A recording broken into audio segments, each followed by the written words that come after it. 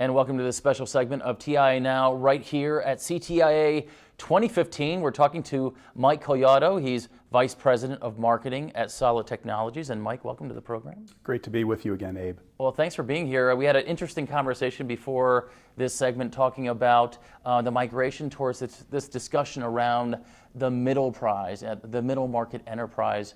Why is there a migration towards that discussion? Well, there's a great deal of innovation within the wireless industry right now. From a large level, we're looking at 5G, virtualization, the Internet of Things. All of this, though, manifests in innovation around capacity and coverage, though, indoors and in dense urban areas. And the middle price is this unmet and underserved market opportunity. For us, we call the middle price, it's defined as the enterprise buildings having 100 to 500,000 square feet. Can you give us an example of a middle price and the impact of maybe your technologies on the middle price and how that fits in with the rest of the industry? Sure. I think a hotel is a very great example and appropriate example of the middle price. You've got people coming in, whether they're business travelers or just pleasure travelers, conventions and things like that, that will need to use their wireless device, whether it's a tablet or a smartphone. Mike, you said there are four factors that drive the middle price, one being business models, another one technology, public safety as well, and infrastructure. Let's go down through each one of those points and starting with business models. Yeah, in the middle price, there's going to require a lot of innovation. The old way or the traditional way of doing things isn't necessarily going to translate, and one of the key factors is the business model. In other words, the funding and ownership of in-building wireless networks. We see that the wireless operators are unlikely to fund the wireless infrastructure. We see that the third-party neutral hosts, the middle price is going to challenge the business model for return on investment as well as the time frame to achieve that. And so a new stakeholder is going to emerge in this model, and it's going to be the venue owner. And how is technology a driver for the middle price as well?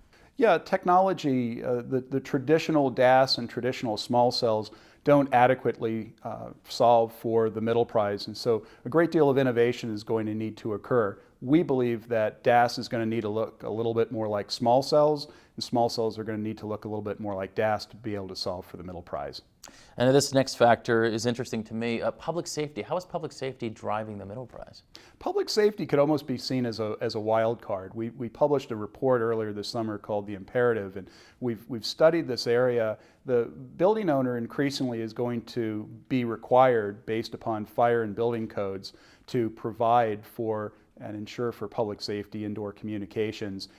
We call it a wild card because public safety could be the thing that actually serves as a catalyst for in-building commercial cellular networks. It could also be the thing that perhaps obstructs or could remove the obstruction to a commercial cellular deployment inside the middle prize venue. And the fourth and final factor that's driving the middle prize is infrastructure. Yeah, the design and infrastructure are going to play a very key role. We need to find ways to leverage existing infrastructure inside the building, fiber risers and twisted pair horizontals, in order to keep costs down, but to make it easier to deploy in-building wireless systems. So design and infrastructure will play a key role. Mike, can you tell us a bit maybe on the discussion timetable, where we are with discussions around small cell, but also discussions around Cloud RAN? Yeah, one of the interesting observations in looking at the agenda here at CTIA is a great deal of focus on small cells, which are admittedly somewhat of old news, and premature news of Cloud RAN. And the reason I state that is that we've been talking about small cells now for a couple of years.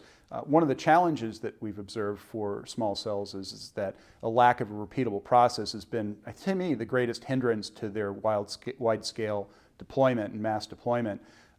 Cloud RAN, and as a vendor that's provided one of the world's first and largest Cloud RAN deployments for SK Telecom in Asia, we would observe that Cloud RAN is about a new architecture for enabling capacity. And here in the United States, we're still solving essentially for coverage, not capacity. So it's a little bit premature to be talking about that. To me, the big miss is the discussion about the middle prize. That is real, it's happening now, the need is there today. and it's a big unmet and underserved market opportunity. Mike, I want to talk a little bit of a futurist question, if I may.